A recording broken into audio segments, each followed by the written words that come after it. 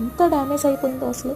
ఇది వరకు నా హెయిర్ ఎంత బాగుండేదో, ఎంత సిల్కీగా ఉండేదో. ఏంటి ఈ పిల్ల ఎంత దగ్గర పడిపోతుంది?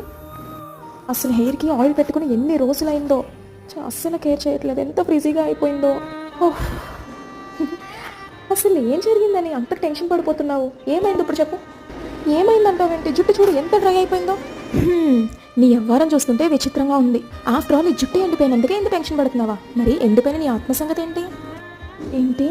నీ జుట్టుని ఒక కొబ్బరి నూనె ఎలా అయితే డ్రై అయిపోకుండా చేస్తుందో, మరి నీ ఆత్మ వాక్యం అనే ఆహారం కూడా అంతే అవసరం కదా. అదే నీ ఆత్మను ఎండిపోకుండా చేస్తుంది.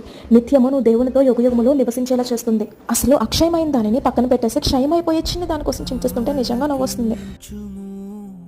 ఈ దేహానికి నువ్వు ఎన్ని రంగులు పూసినా, ఎంత కేర్ తీసుకున్నా కొద్ది కాలం మాత్రమే జీవిస్తుంది, తర్వాత మట్టిలో కలిసిపోతుంది. కానీ నిత్యం నివసించేది ఆత్మ. ఆ ఆత్మకు ప్రతిరోజు వాక్యమని ఆహారం పెట్టి బలపరుచుకో.